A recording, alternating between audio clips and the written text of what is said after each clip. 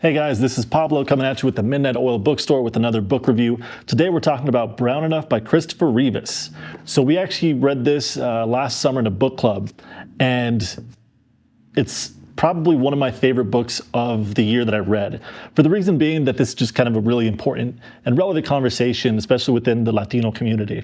So Christopher Rivas is an American from New York. However, due to having brown skin, dark hair, he talks about how he kind of gets thrown into the conversation of speaking up for, Latinos, Chicanos, Mexicanos, and it's a story about him kind of going through that in his life.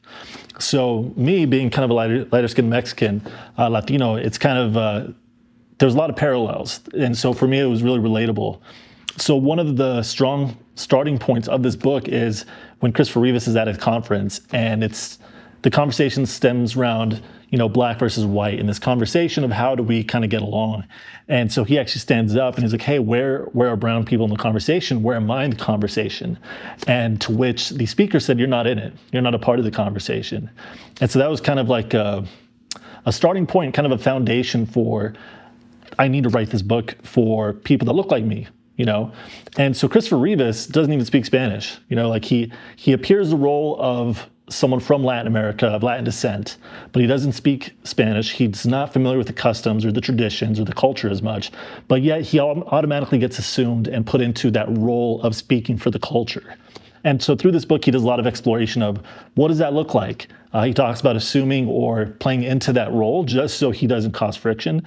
And then vice versa, he actually ends up kind of embracing that role and being a spokesperson for those who either aren't comfortable to talk about it or aren't familiar about it. And he just kind of brings it all to light, which is really good. There's a chapter in here, this is kind of relatable to me, where he's talking about how he dates white women and what that looks like from the perspective of his friends and peers and family, and how there's this kind of idea that if you are brown, you should date other brown people or white people, and how if you're dating a white girl that you're being pulled from this culture of being brown. But then for him, it's like, there's a good quote in the movie Selena where the father's talking to Selena about, you have to be more, Mexican than Mexicans, more American than Americans. And it's such a struggle. Like, how do you identify? How are you able to speak to both sides of the culture? And how are you individually comfortable with not fitting here nor there? So it's a solid book. I highly recommend it. I'm going to give this like an 8.8. So what's beautiful about his writing too is, so he's an American author, obviously, and an actor. So he has a very creative background and a really good job in his communication skills with conveying his thoughts. So what I appreciate about this book is that you don't have to be brown to read it.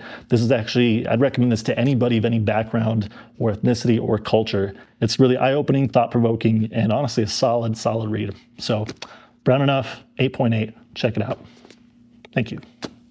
Oh, and also, don't forget to like and subscribe. We'll see you next time.